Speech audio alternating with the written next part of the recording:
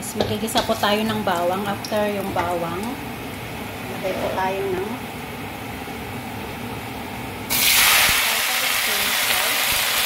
cotton spinach po guys ay nakakapagbigay po ito sa ating katawan ng low blood.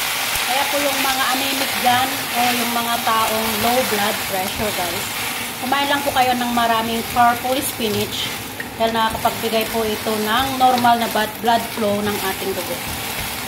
Guys, marami pong maibibigay na benefits ang purple spinach. Kahit po yung talbos ng kamote, okay din po yun.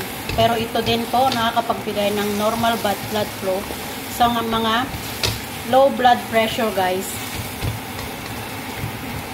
Kumain po tayo ng lots of vegetable, lots of fresh vegetable para po tayo ay may healthy lifestyle. Okay, guys. Thank you for watching.